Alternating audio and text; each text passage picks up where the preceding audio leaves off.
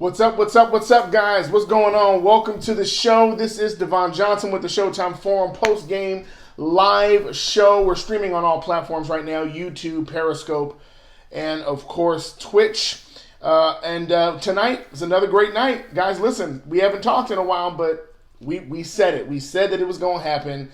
Obviously, I missed the last game, but tonight the Lakers took care of business, got the revenge game that we were trying to get for so long. Been waiting ever since we had that beat down when we went to Milwaukee. We came back, won by double digits, 113 to 103. The Lakers officially beat the Bucks. We bested them. We put them down. We did what we had to do, and it was a great game all around. Obviously, there were some issues that we're going to talk about tonight, but this was a completely different team than what showed up in Milwaukee. And it's almost like the tables have turned, because when we were there, we were in a 5-game road trip. The Bucks are in the 4th game of a road trip, and it just kind of seems like we traded places. And as you can tell, road trips do have a substantial degree of effect on a team when they're playing, especially at the end of a road trip. So really tonight, hats off to the Bucks. They battled well, but the Lakers just bested them. And so that's why I didn't put too much stock in what happened to the Lakers in Milwaukee. Part of it was just the fact that it was a road trip, and it was tough, and it was hard. But tonight, we did what we had to do tonight. We're going to talk about a couple of things tonight. But the thing that is the most appalling to me, where the Lakers were able to win by 10, and they shot 18% from 3. 18%, guys. We were 6 of 32 from the three-point land, and we won the game by 10 points against the number 1 team in the league. Now, a couple of things happened because of that. The Bucks have officially hit the double-digit loss mark. Now they have 10 losses. But because of the win tonight, the Lakers have officially clinched a playoff berth. That means if we lose the rest of these games going forward, we still will be in the playoffs. Now, of course, we don't anticipate that. We anticipate to be the number 1 seed. But tonight was huge for the Lakers. I missed the last game where we won before, and I said that this stretch, I believe we're going to go 3-0, and so far it's looking like we're headed that way. So far 2-0, and we're going to focus in on tonight. I'm going to jump straight into the comments tonight. I know we have plenty to talk about, and I'm so glad that you guys tuned in. I know you guys could have tuned in to any other live show, but the faithful are here. Anakat Mohan, good to see you. Giannis got clamped by LeBron and AD. LeBron was definitely the MVP. AD and LeBron has 64. Best duo since Kobe Powell, man. Absolutely. And what's important to understand is that we have heard a lot of talk about LeBron not guarding the best player on the other team. Tonight, LeBron took that challenge, partially because their positions lined up so well. And Giannis obviously is a tremendous player, even on a bad night like tonight. And I say bad, but 10 of 21. He was pretty good from the free throw line, but hadn't had 32 points. But LeBron was able to contain him in areas where he really could have gone off for 50 tonight. LeBron played tough defense. He put his body on him. He frustrated him tonight. And I know that sounds crazy when you think about it, Giannis getting 32 points. But the truth is that Giannis had plenty of opportunities that the Lakers would have let him get away with. To be honest, Giannis normally in these situations wouldn't even be playing the full game. The Bucks have been doing so well in their games. They've been blowing out teams, and Giannis would end up scoring 32 points in 30 minutes or 37 points in 32 minutes. But tonight he scored 32 points and played 36 minutes, and he played the game, man. He played the entire game. They tried their hardest, but there was really nothing they could do, and part of that was because LeBron took the assignment. Even on the switches, LeBron would fight through. A couple of times when Giannis got free, there was a switch that he could not contain, and it got switched onto a small, and of course Giannis would score. But when LeBron stuck with him, even through defensive rotations, he made a difference against Giannis. And just hats off to the entire Lakers squad in general for collapsing in on Giannis. It didn't look good in the beginning. I think a lot of us were looking at the first part of that game thinking, man, we're down by 9, down by 3, down by 5, down by 7. It just felt like every time we made a run, they would do something to extend the lead even more. But the Lakers came out and they did exactly what they needed to do. They adjusted. And this is why this team would be so dangerous in a 7-game series. Because if you really think about this, the Lakers versus the Bucks, there's not much the Bucks can do to change things around. They defended us well at the perimeter. We shot horribly from three. Giannis was able to get touches and score points. The difference was that it wasn't enough to overcome LeBron and AD, who accounted for so many points in the third quarter. As a matter of fact, there was one point where the first 16 points of the third quarter were accounted for by LeBron or AD. And that's what makes us the best duo in the league. I don't care who you are. It's not the ability for two people to score. It's the ability for them to play off of each other and know the right play to make. LeBron knows when to throw it to AD. AD knows when to dump it back out to LeBron. And there's a synergy that makes sense. It's more than just putting up point totals. It's about how much synergy is happening between your two best stars. And I can't think of another duo that works as well together as these two. Brad Main, good to see you. Playoff drought is officially over. Tip your cups tonight. It is you have deserved it. This is something that you deserve. This is a win for all of us as Laker fans. This team is going to the playoffs officially. Okay? Officially.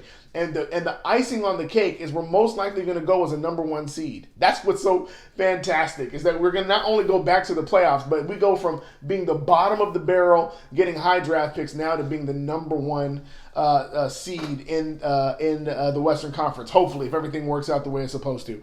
Blake St. Clair, good to see you. Another end to the fourth quarter I thought would never end. Then that last foul, I was hoping they wouldn't try to eke this game out with free throws. It's a big win. Absolutely. And you got to know, when teams, this is what makes elite teams different. They can be down by 15, they can be down by 20, they can be down by 10.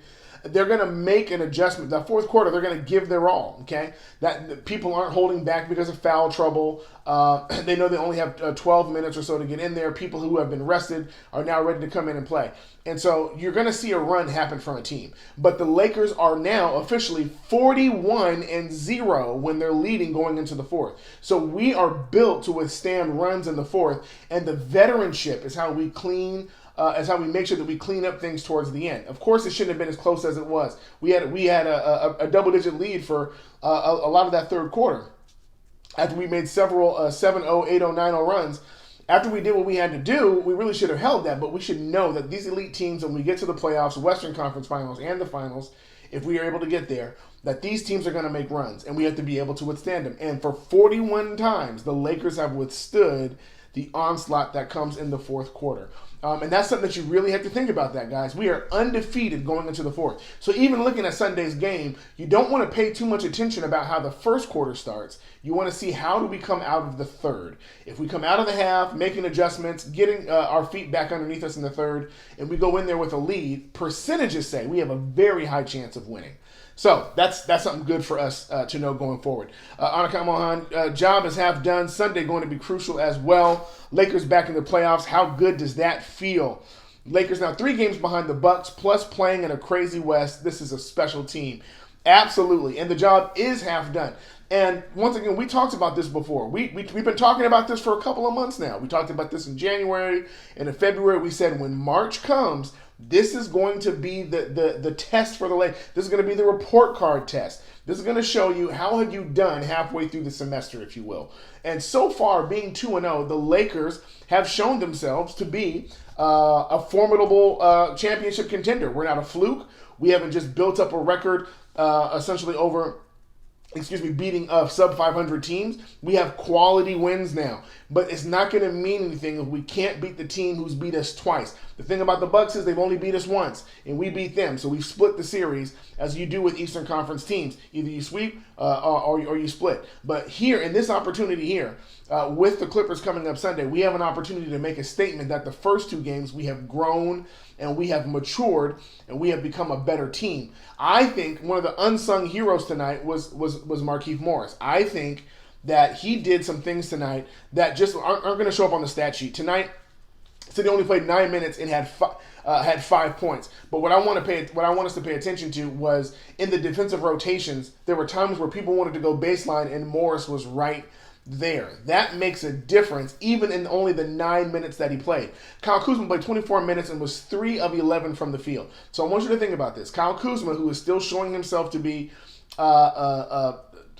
difficult on the offensive end, was still able to reach double-digit points, 11 points, and 7 rebounds tonight. I'm sorry, 8 rebounds tonight. That's huge, okay? If you can get 11 and 8 off the bench, there's not much more you can ask for, right? Not much more. Caruso came in tonight, played 18 minutes, gave you 8 points, gave you tremendous defense, and then, of course, gave you 3 rebounds. You're looking for your second unit, not necessarily to blow the other people out the water, but can they keep pace? The surprise of tonight was Rondo playing 12 minutes, but his 12 minutes were valuable minutes. He made 5 points, but the plays he was making tonight were much more controlled, much more acceptable. Even though he didn't do as much as we've seen him do like against Phoenix. He only shot 2 of 6 tonight, but those 5 points came in, and he did exactly what we needed him to do. He had 0 turnovers, he had 0 personal fouls. Like he came in and did his job, and that's exactly what we needed him to do. But what's telling is that Rondo had 12 minutes and Caruso had 18 minutes, okay? So there's been a lot of discussion about Dion Waiters, who's been signed. Number 18 now is on the Lakers officially. The question becomes, well, whose minutes are going to be eaten up? Well, if you're looking at the way it's going right now, Alex Caruso seems to be getting a majority of minutes over Rondo, even though it doesn't feel like it in the game. Caruso's going to get the valuable minutes. Rondo's going to probably be on a short leash. I know that sounds crazy because Vogel has been loving him all season, but he's going to be in a short leash. I think Dion Waiters, if he gets hot, that's going to determine how many minutes Rondo gets. But they're not going to sacrifice Alex Caruso's defense for Dion Waiters' offense, okay? Rondo is going to have to outplay on either one of those sides because he's not great offensively and he's not great defensively. So he's going to have to find his place in one of those areas to fight for playing time. Let's see, Marquis Smith. Now that's how you're supposed to play from now on. That's how you play. Yes, Bad Boys reference. That's what I'm talking about. Absolutely, man. And when the Lakers come out with that intensity, when they come out, and we've seen this a couple of times now. Since the All-Star break, we've seen these spurts where the Lakers come out with high energy. They come out focused. They come out ready to go. And we saw it happen tonight. And even though the game did not start the way we thought it should start, it still ended the way that we desired it to end. Double-digit win and shutting down Giannis as best as we can. And we did that tonight. Caruso was huge. Yeah, he was absolutely huge. And I tweeted it, and I think we've all been saying it. You can't put a statistical value on Alex Caruso. You just have to watch the game. You got to watch the flow, watch the energy, and see the zeal and the passion that this kid plays with, and how excited he gets about not scoring, that he gets the most hype when he makes a defensive play. That mentality is the best out of all the guards we have. Avery Bradley played tremendous tonight. And, excuse me, even though essentially he played 30 minutes and only scored 6 points, he was active on the defensive end. He was taking charges. He took 2 charges tonight, which broke the momentum of the Bucks. That's what you want to see. That's what you want to see. If you're looking at the category and you're going, oh, well, LeBron and AD are carrying too much. AD with 30 points, LeBron with 37. That's fine if you're thinking about the offensive load being too much. But it's the Carusos and the Bradleys and the KCPs who are chasing through screens, who are getting the charges, who are picking up full court. Those are things that AD and LeBron don't even have to worry about doing, right? When the guards come into the paint, normally you're looking for your big to be there. But the bigs don't have to be there because you already have a guard there who's ready to take a charge, who's ready to strip the ball. And do all the dirty work, and that's what we need this team to be. The doggedness that you're going to find in this team is not going to be found in how many points did you score off the bench. It's going to be how much punishment did you take and able to sustain the run by the other team. Okay, so let's keep going here. Blake St. Clair, LeBron and AD operating at about a point a minute. That's a good sign, absolutely, and. I think what's even a better sign, just to be honest, is LeBron James obviously took a hit to the groin. I don't know what it is about players and hitting this dude's groin. This is the second time this season where we've been scared by this. But immediately he comes out the gate and just puts up like 2 quick buckets on a turnaround baseline jumper. He gets to the paint, he dunks, he does all of the things that you would be afraid of him doing if his groin was hurt. But tonight it was no holds barred. He just came out, he did what he had to do. He winced for a while and he played through it. This is good for Anthony Davis to see. When Anthony Davis sees LeBron at the age that he's playing, in the 17th year, age 35, playing the way he's playing, fighting through injuries when he really doesn't need to and doesn't have to. That's the mentality of how you get 4 MVPs, and really he should have had 6. That's how you get multiple championships on multiple teams. That is how you do that's how you become an icon in the NBA, is being able to play through things that would normally keep people out. So I hope you paid attention tonight. Lakers bench was huge. Unlike the 4 we got from them against them in Milwaukee. Yeah, the bench was much better tonight. Kuzma with the 11, Morris with 5, Rondo 5, Caldwell. Almost everybody scored. The second highest scorer off the bench was Caruso, which is crazy scary. Kyle Kuzma had the most minutes and he contributed. But what's funny is that Kyle Kuzma's minutes were valuable because he actually played a semblance of defense tonight. And that's incredible. He's done this several times now since the All-Star break. Getting rebounds. You don't get 8 rebounds by accident off the bench. Him being able to contribute on the defensive end and being able to get defensive rebounds, that matters. Him being able to contribute double-digit points, even if he shot 11 times. Shoot it. Do what you got to do to get those double digits up, because if we know we can trust to at least have 10 points coming out of you, that's going to mean something for the bench, okay? It gets other people going.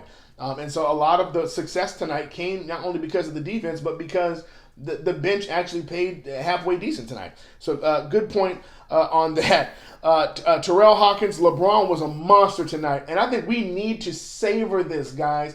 If he plays like this next season, man, that would be even more tremendous. But at year 17, right now, he is doing something with a motivation and a mindset that is like beyond belief. I was watching an episode of The Shop today, and he was talking with CeCe Sabathia, and they were talking about putting on these iconic jerseys, having these brands, these culture icons, these logos on your chest and on your back. And LeBron would say, he goes, every time I come down that tunnel in Staples, I still get chills. And somebody posted a picture today where Kobe's jersey is hanging up in his locker. Like it's all of this stuff now has seeped into his system, and it has made a difference. Not only he's always been a physical specimen, he's always been a tremendous athlete, but you're seeing him play with a different mindset right now that he didn't have in Cleveland, he didn't have in Miami. This is a wiser, more motivated, more grounded LeBron. And it just seems like he's doing all the right moves. He's playing pick and rolls with just a savvy genius, man.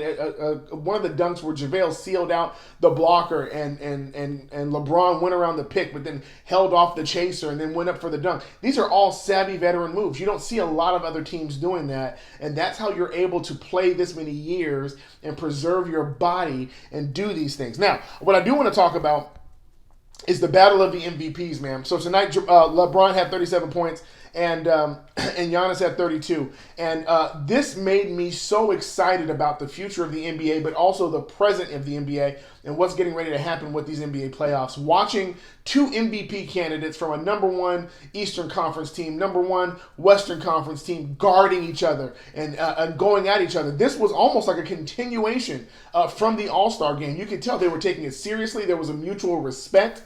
And they were doing whatever they could, and they were even going into the bag and trying to do certain things that they hadn't done for the other games in the season. And watching this battle was incredible. I don't know who's going to get MVP. I fully believe LeBron deserves it, not just because of the year he's playing in, but because of his statistical value. Now, on the opposite end, I can totally understand why people say Giannis should be MVP. But tonight, this made a difference. I want you to think about this. LeBron James, only played 1 more minute than Giannis and was able to had 5 more points. And here's the key. Giannis had 32 points, 11 rebounds, and 6 assists. That's heavy, okay? That's heavy, especially when you're just entering your prime.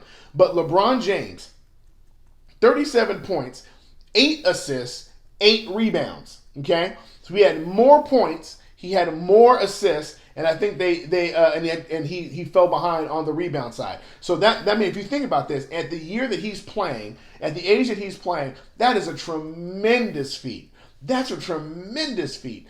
And the reason why the Lakers are really going to have a much better time against the Bucks than most people think is because what LeBron was able to do that with Anthony Davis also scoring 30. Nobody else on the Bucks scored above 20. Nobody even reached 20. Okay, the closest one was DiVincenzo, who had 17. Giannis was pretty much the sole offense. They had 12, 13, 11 from their Middleton, Lopez, and Bledsoe. But that's not going to be enough because just that by itself, AD has almost outscored your other starters. And so this makes us one of the most really difficult people to deal with, difficult teams to deal with, is because you already have two people who are going to give you at least 60. The scary part is if anybody else gets hot, you're done for. Unless your entire team is able to keep up pace, this team that is tremendous, top 10 in the defense, and is able to put up offensive numbers like that is tremendous. Let's keep going.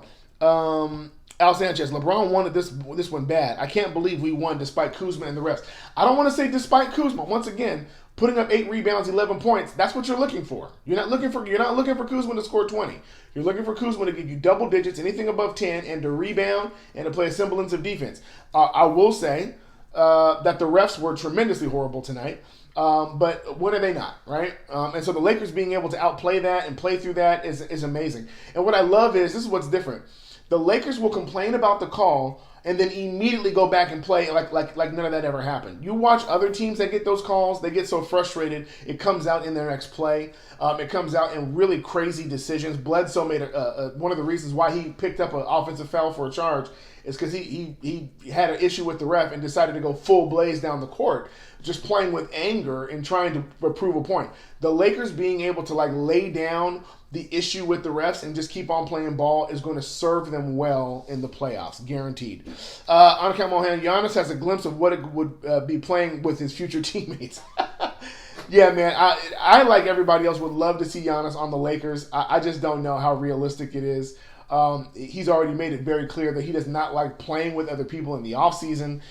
He has a mind to beat people. But it's looking more and more like he's going to have an issue in the playoffs. Not just with, of course, getting to the finals, but he's just going to have issues just getting through the first couple of rounds. The East is going to beat him up because you're starting to see the blueprint now. This is, ever since the All-Star break, you're starting to see them lose at a higher clip. So now you're seeing, once you shut down Giannis or once you put your focus on Giannis, he can score 32, but you have to really just, for the Bucks, they have to really hope that one of those other players can pop. Middleton has not been the same player that he was last year, which is going to bode us well. Bledsoe is up and down. He's spotty at best.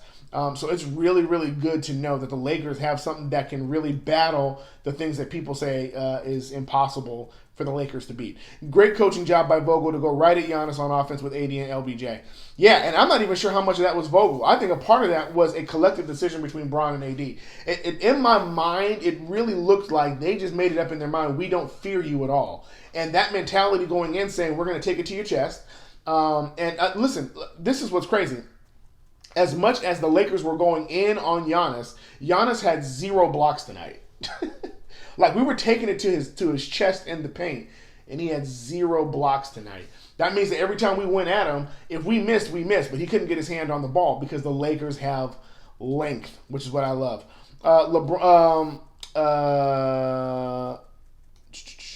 Just like the All-Star game, we saw Giannis struggle down the stretch. I guess Vogel had something. I guess so, man. I guess so. Giannis' weakness was exposed tonight. He can't bang for a full game. He was worn down in all ways. And Marquis Smith, I'm going to be honest with you, man. I completely agree. But I think that's been the issue, is that he's given his all for all of these games. Nobody, to be honest with you, nobody really feels like the Bucks are going to win the championship. Most of them feel like they're going to come out of the East. But it's just Giannis by himself with a bunch of guys. Right? Part of that's helping his MVP campaign because he's doing all this stuff by himself. But once you put pressure on him and once you really tire him out, could you imagine him trying to do this for a 7-game series after already battling through a couple of rounds of toughness? By the time he gets to us, he ain't got nothing left. And I think that's why part of me really wants to see them in the finals. I think we could take them out. James Michael, shout out to AD. We survived. No LBG in the fourth quarter because of defense.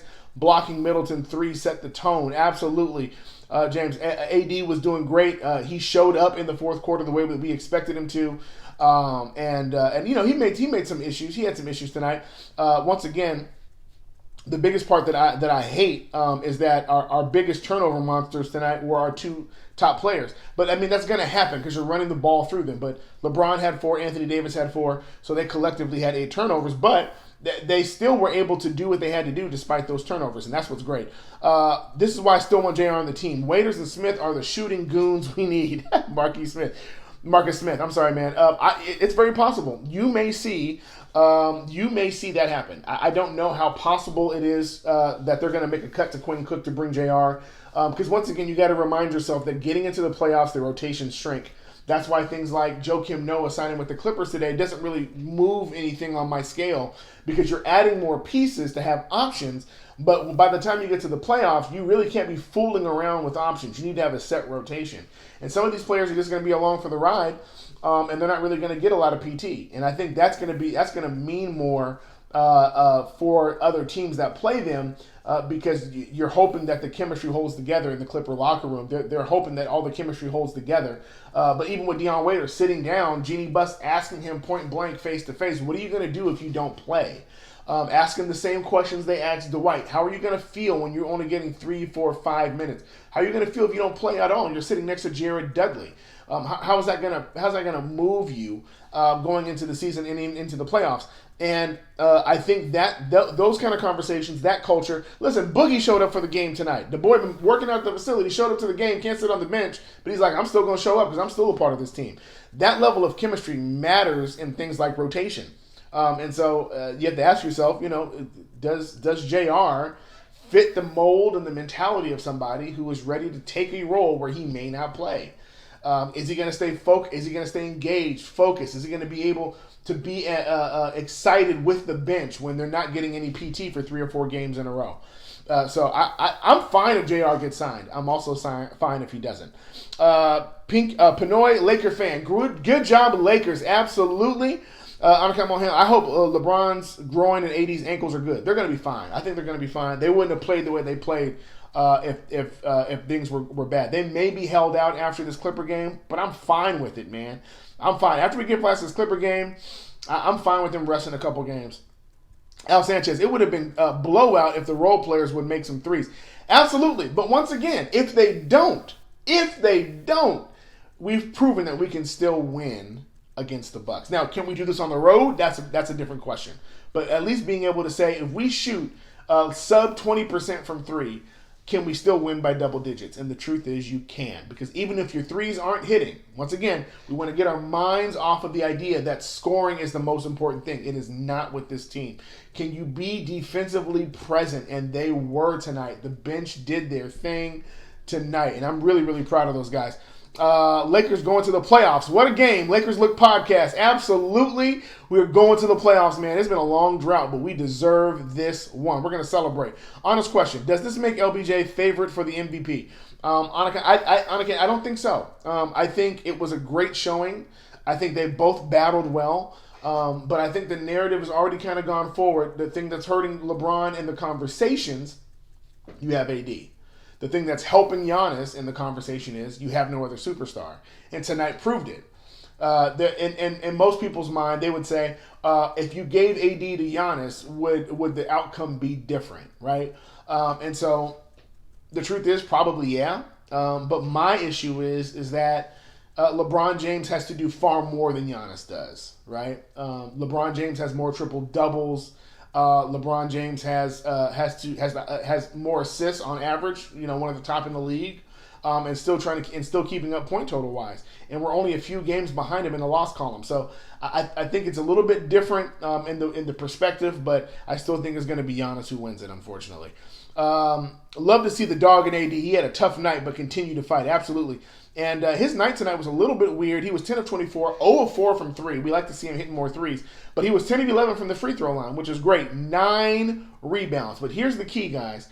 0 assists. And let me tell you why that's important. With LeBron James having 8 assists and AD having 0. That means that when AD was getting the ball, it was intentional that we were running plays through him. It wasn't for him to pass the ball back out. It's once you go in there, we want to see the dog AD. We want to see you going at Giannis. We want to see you taking the shots. And even if you miss, 14 out of the 24 that you shot, that's fine, because you're still going to get to the free throw line like he did tonight. You're still going to give us 30, and it's going to keep pressure on their interior. That's the reason why we won. We shot horribly from 3, but we kept the pressure on them in the paint, and that's really where our strength is. And I'm so glad that they were able to exemplify that tonight and show us that we are still a post-up team, and it came into our favor tonight. The fouls tonight, wow, I think even Troy Daniels had 3 by the half. Blake St. Clair. Yeah, the fouls were absolutely horrible, man. I don't understand it. Al Sanchez, Kuzma is failing. Play Morris instead. They're playing two different. They're asked to do two different things. Morris is asked to bang bodies. Kuzma is asked to just produce as far as rebounding and being able to stick with quicker forwards and even potential threes. So the idea now is you're probably going to see a lot of Morris and Kuzma. But also Morris is not really conditioned yet for that. So we'll see. As Morris continues to play, we'll see how much more time he gets. But we have to change our minds here. I want to just say it one more time. We say Kuzma is failing, but he almost had a double-double tonight. Okay? So we got to just this is not me caping up for Kuzma. I just want us to be realistic about what we're asking him to do. If you give us double-digit points and you give us close to double-digit rebounds, that's what I need you to do, to be honest, off the bench. I'm not looking for you to be Lou Williams. You've already proven you can't do that. Now, if you give us 30 on a certain night or something like that, that's perfectly fine. What we know is this. If one of our starters goes out, we know that Kuzma can come up and he can play starter minutes, right? He actually does better as a starter than he does off the bench. But off the bench, we just need you to rebound and give us double-digit points, which he has been doing a lot more since the All-Star break. Can he grow? Absolutely. He has plenty that he can change. Plenty of things that he can get better at. But right now, he's doing all right. Blake St. Clair, Lakers will still split the season series with Clippers 2-2. I believe it. Once again, my prediction, I called it last week. I'm calling 3-0. So far, we're 2-0. There's just something that is telling me in my gut, man. There's something. And they asked LeBron about these games this weekend. And they asked him, like, what have you been telling the team? And this is what he's telling the reporters. He said, what's already been said doesn't need to be spoken about. Like, that's a sign that he's been saying some crazy stuff behind the walls that has got this team focused and locked in. And you better believe they're going to come in ready for Staples Center on Sunday. I'm Ken Mulham. Shout out to AD, who looked like a little wounded but was immense in the fourth. Yep, where people were saying he was disappearing in the fourth, he shows up. LA Raiders, Rondo had some horrible minutes. He did. But what I love, he had horrible minutes, but he only played 12 of those horrible minutes. And he did some good things offensively. In 12 minutes, scoring 5 points with no turnovers. I'll take that from Rondo, especially when Caruso's going to come in and play more minutes, 18 minutes, and give me 8 points and give me tremendous defense. Now, the only person who was a plus and the plus minus off the bench was Kuzma. Kuzma was a plus 10 because he played so often with LeBron. But everybody else, including Caruso, was a minus, which is crazy, right? It's super crazy, but that's the unfortunate part of having our bench.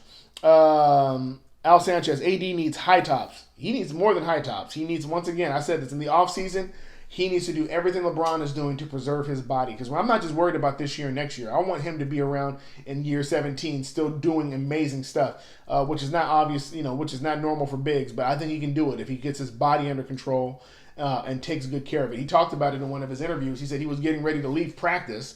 And as he was getting ready to leave, LeBron stopped him and said, hey, man, where are you going? And AD said, I'm going home. He goes, no, you're not. Come get in this ice tub, and then we're going to hop in the sauna. You need to work on your body for the next hour. Like, AD was not aware of that until he got to the Lakers. This is something that's going to take some time, but LeBron's going to take him under his wing and tell him, you got to take care of your body, young fella. Like, if you want to do what I'm doing, you're going to have to be able to do, like, what I'm doing, like, right now. You got to start doing it in your early years. And I'm really hoping that he takes that seriously. James Michael did not fall for the bait for shooting too many threes in the second half. Lakers attacked the paint surgically. Yes. Even Kuzma pump faking from 3 and going straight to the paint and dunking, with Giannis being sealed out by AD all the way up to the outside. So I loved it. I think the Greek freak is hurt, low key. Marcus Smith. He might be. But don't come in here. Don't come in here wounded, because we kill animals that are wounded. Okay? That's what happens. That's what happens to deer when they're wounded. Wounded deer get taken out and hunted. Okay? So don't bring that to Staples. Bledsoe and Middleton had just 23. Talk about that. Absolute clamp down from our defense. Yeah, and here's what's key about that. They only had 23, but I want you to see where they struggled the most. Middleton was 2 of 10 from 3. That's heavy. Bledsoe was 0 of 3 from 3, but was also 5 of 13 from the field. So Middleton has been known to torch teams from 3. He's also been known to hit the mid-range. He was not good with that tonight. Bledsoe has been known to get to the cup. He was not good with that tonight. So once again, like these are things that are not going to show up in the stat sheet individually, but as a team, when you look at the other team and go, man, how do 2 of their best offensive players only hit 5 baskets apiece? and one only hit 2 from 3-point land out of 10 attempts. That is a credit to the defense that the Lakers played tonight. Time to focus on the Clippers. Leonard Buchanan. Yep. Let's focus on that. Let me get to the rest of these, and then we're gonna deal with that. Leonard, yes, we're gonna talk about that in just a second. Anka Mohan, a 35-year-old LeBron clamped down a 25-year-old Giannis. How can he not be MVP? I am with you. I'm with you, but the way that they talk and the way that they discuss things, it doesn't look like it's going to be happening. Roy Bonilla, today was decided the MVP. Greetings from Costa Rica. Greetings, man. I go to Costa Rica every summer, do some mission work. I love Costa Rica. So good to see you, Roy. Yeah, once again, I was decided on LeBron being MVP far before this game. The question is going to be the pundits. And if you guys were listening to the game, even the commentators were speaking about the Lakers in such negativity. It felt like everything that they were saying was against us and for the Bucks. It's just that narrative that's out there, unfortunately, and the voters are going to be voting based upon that narrative. Blake Sinclair, it doesn't seem logical to say, but I think Lakers could have a tougher matchup with the 76ers in the finals. Yeah, especially if the 76ers are healthy, because Ben Simmons and Joel Embiid are two players that can give us fits. Right now, on the Bucks, you stop Giannis, you can let a DiVincenzo go off. That's not really going to bug you as much. You let a Joel Embiid go off and you clamp down on Ben, it's still going to hurt you. You clamp down on Ben and let Joel, it's still going to hurt you. So the Sixers are going to be tougher. But I'm not even sure if they're going to make it, as far as they possibly could, because they just have so many issues. LeBron for MVP. D Million. Good to see you, D Million. Yes. LeBron for MVP. Great game from LeBron tonight. Winston mobile app. Yes, absolutely. Laker banter. LeBron was the best defender on Giannis tonight. He shut him down and made him uncomfortable. That's what I'm talking about. And if you think that LeBron's not going to turn it up another level when it comes to the playoffs, you crazy. And especially when they're going to swallow the whistle. Oh, what's going to be a problem? Giannis, the fax machine. Giannis is a fraud. D Million. Giannis is only a dunker. LeBron is the MVP. I love the trash we talking tonight. This is great. Bring on the Clippers. The D Million. LeBron, defensive player of the year. Fax machine. I'm not going to say that.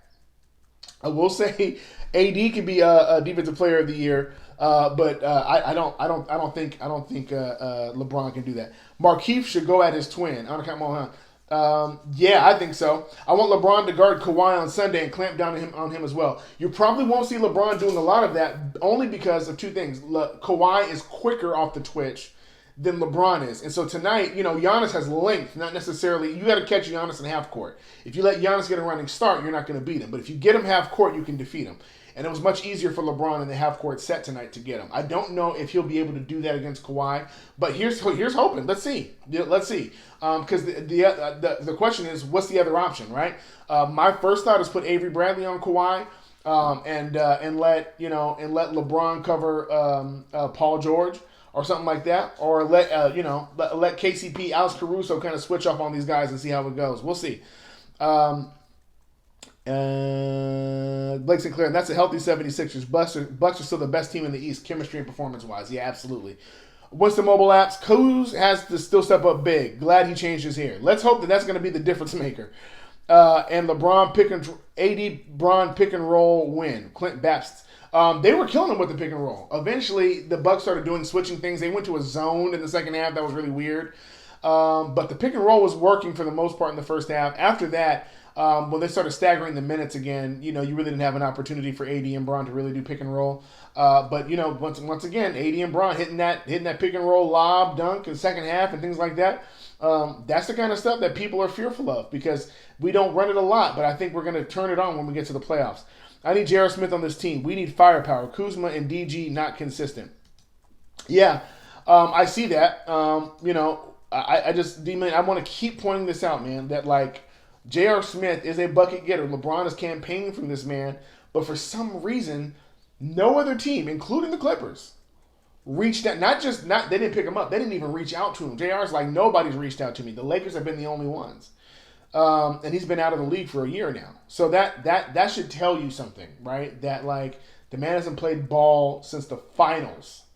That means a lot, right? So I don't know. I don't know how much he would contribute, and where his time will go. And it's still possible. The person they would probably cut will probably be Quinn Cook. They're not going to cut Dudley. I'm just letting you guys know they're never going to cut Dudley. Not in my opinion. If they do, I'd be completely shocked. Kuzma is learning how to play defense. I saw today when he was switching up on Giannis. Antetokounmpo. Yeah, I'm telling you that they have plans for Kuzma, and if he can give them solid rebounds and solid minutes and solid points, double digit on both, he's good. Markieff looked more comfortable tonight. His shot was better. Yeah, and you can tell they're still easing him in because his minutes were so low. But him being able to score 5 points in 9 minutes, 2 of 3, and one of those being a 3-point shot with 2 rebounds, lets you know that if you were to extend that, that just means if you're going off of that pace, he would have 4 rebounds, 10 points in a 20-minute clip. I'm fine with that and playing, bodying up with some of those other guys, especially on the Clipper team.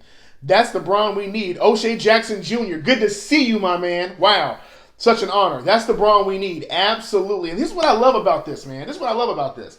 Because when you guys turn on TV, you turn on FS1, you turn on ESPN, nobody is really giving LeBron the due credit that is needed. And what I love about LeBron is that he is not talking about what they're talking about. He's showing them the exact opposite. This man is doing everything that the Lakers have asked him to do and exceeded those expectations. We have the number 1 seed because of LeBron. We have clinched a playoff berth because of LeBron. I'm super glad we got AD, but make no mistake, it is about LeBron James. You take him off of this team and we don't even make the playoffs, in my opinion. He makes everything run well. He's a great leader. He's a tremendous offensive thinker. He's a tremendous basketball player. His athleticism is unparalleled, in my opinion. And him being able to do this in his 17th season, carrying the stress and the load that he's been carrying, is just tremendous to me. And I just, in my mind, this is the guy that I'm looking forward to in the playoffs. Defense wins championships. D Million, absolutely. Winston Mobile Apps, we will have to shoot better against the Clippers. We're going to have to do a whole lot more against the Clippers, but I feel like tonight was the boost, the ego boost, the confidence boost that we needed. Kunal Nadkarni, please forgive me. I'm a bit worried that we match up better against the Bucks because of our bigs than the Clippers. That may be the truth. You have the Lopez twins and things like that, and being able to have your length battle out without having to worry about so much about speed does make a difference. Although I will say this. The thing about the Clippers is that they are able to get off into runs. What you're trying to interrupt with the Clippers is stop their runs. Montrezl Harrell is going to be a monster in the paint. Lou Williams is going to be a monster from anywhere, outside and even inside the paint. Kawhi and Paul George are going to get their points. The question is, can you stop the bleeding at crucial times and then flip it and make runs? The Lakers have shown that they are able to make runs. Even when we played them before, it was close going into the fourth. The question is, can we turn it on in the fourth and be able to keep those runs going while clamping down on defense? Tonight was a great showing of what is the possibility of this team. I truly believe that this was the game they needed to add to their mentality and on their resume to let them know what is possible when their defense steps up. That means that we can shoot 18%. Listen, 18% from 3.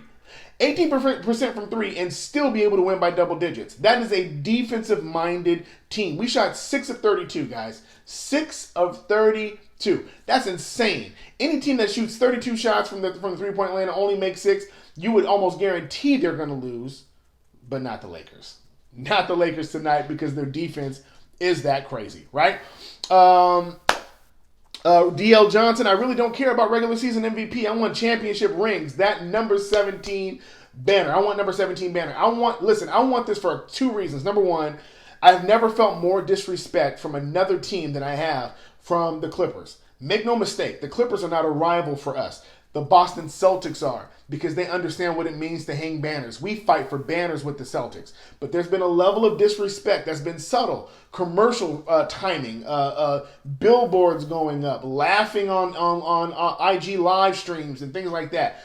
All of these things that are adding up to something that I truly believe we need to hang a banner first to shut that up. But the second thing is, this is the year, I just want us to remember this. We will always, all of us in this room are bonded because of the effect of Kobe dying in 2020.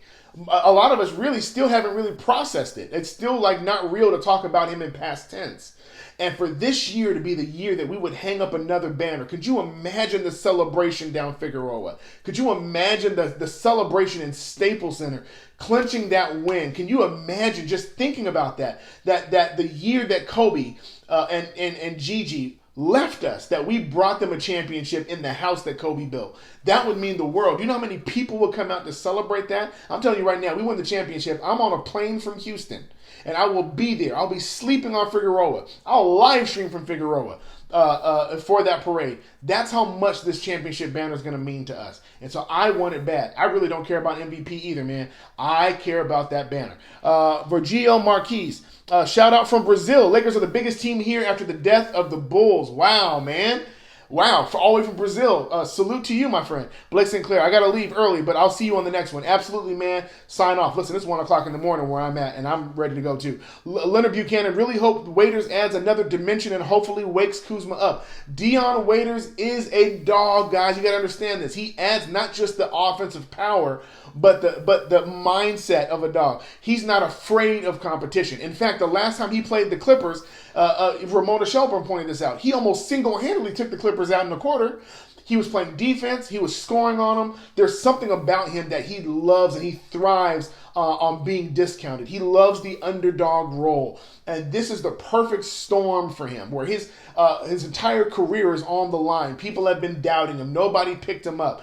And he finally gets an opportunity. Now, after seeing him today doing shoot-around, he's going to need some time to get in shape. It's very apparent that he's only played 3 games this entire NBA season. But once he gets in shape in the month of March, and this is what I believe, once the Lakers clinch the number 1 seed, you're going to see a lot of Dion Waiters. You're going to see a lot of these guys. You can see a lot of Caruso, a lot of Rondo. You're going to see a lot of these guys come off the bench, and you're going to see them getting run, getting in shape, getting themselves ready. I'm waiting to see Dion get pumped up and ready during that stretch and going into the playoffs once we've clinched the number 1 seed. Marquis Smith, tell Kuz's trainer that LBJ wants that smoke. How can the Clippers add all these players? Winston Mobile House. Number 1, they have Jerry West, who is one of the greatest GM minds that you're going to find. But they have constructed a very good roster. Once again, when they're fully healthy, they're undefeated.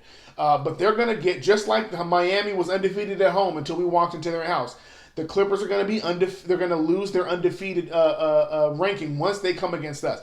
They are going to get their first loss against the Lakers. I truly believe it. Even though they added Joakim Noah and they added all these players, Reggie Jackson, and I could care less. At the end of the day, we understand what it means when you put on that Laker brand and you put on that Laker jersey. And we want all the smoke.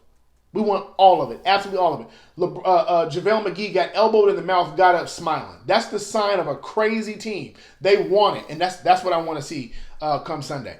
Avery Bradley played his hay off tonight. Highest plus minus on either team, plus 26. And mind you, and I also want to point this out, he had a high plus minus. It was actually plus 23 because of the last few points at the end when he was on the court. But plus 23. But he was scoreless from the field and was a plus 23.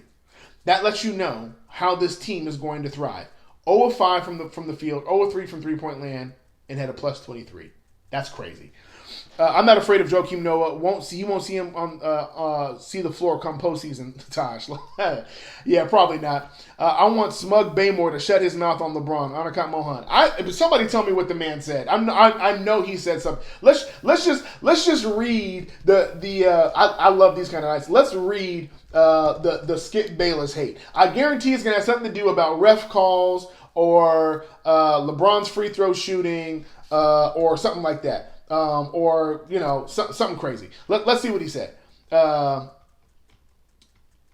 Here it is. That's what as I predicted on Undisputed, LeBron just clinched his 5th MVP, tying MJ by outplaying Giannis head-to-head. Voters needed one more excuse not to vote for Giannis.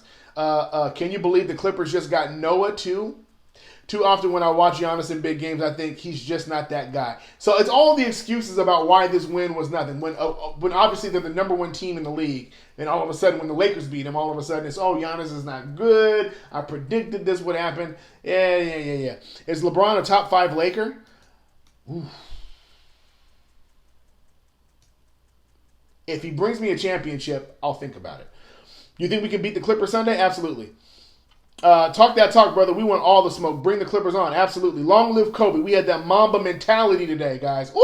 Guys, I'm getting ready to redo this office. My wife and I have been planning out the house to do some renovations. And when I tell you, When I tell you, by the time we get to the playoffs, the way this room is going to look, you're going to see Mamba mentality everywhere. Clippers will go down, so will the Rockets. Absolutely. Listen, let's hop. And Droopy Dog, SGV 13. I see that, man. I see the purple heart. I see the purple and gold heart. I see the championship. I see the crown. Absolutely. Now, look, guys, we need to take a look at this. I want to show you something in regards to the Lakers' schedule, because this is very important. Not just the Sunday game. Sunday's there. It's going to matter. We're going to get past it. It's going to be cool. But what we honestly need to do is we need to pay attention to how March is going to settle out, because we've hit a very hard test, right? So we were able to beat the 76ers. Of course, they were depleted, so that win has a little bit of a taint on it. We beat Milwaukee. Fully healthy, we beat them, okay? Now we're playing the Clippers. Now, once we get out of that, we are playing the Clippers. We still have 2 more games here in Staples against Brooklyn and against Houston. Here's the reason why this is key. As of right now, the Lakers are 48-13. Okay, what we want to pay attention to is hitting that 50-win mark. Okay, because once you hit the 50-win mark, the chances of hitting that number 1 seed get a lot closer. Okay, a lot closer, and so we have opportunities to win in the upcoming games. I believe we're going to beat the Clippers. Once again, I predicted last week 3-0. I believe we're going to beat the Clippers. I believe we're going to beat the Nets. The question is going to be Houston, okay? The question is going to be Houston. I think we can beat Houston, okay? Houston and Denver are both coming into our house. I think we can beat Houston. I think we can beat Denver as well. The question is going to be, how do we handle coming out of that tough stretch? Once we come out of the Clipper game, do we let our guard down? Do we leave our intensity back with the tough teams? Or do we come out and we play hard against Brooklyn? Do we come out and play hard against Houston? Or do we just not care? Okay, so we got to pay attention to that. But listen, I'm happy. I'm excited. It's also 1:14 in the morning. No possible way is I'm going to be able to keep going and stay up. But I appreciate you guys. I'm really excited. Right now, the Lakers, say it with me, 48-13. 48-13. That is an absolute monster of a stat. I really wish that today was a Thursday so I could turn on TV in the morning and just watch everybody talk about this game. But the real test is going to be on Sunday. And if we can walk out of this stretch against Philadelphia, the Bucks, and the Clippers 3-0, I think we will have proven our point that a championship is in our grasp. I appreciate you guys tuning in. Remember, Mamba out, but not forgotten. I love y'all. I'll talk to you soon.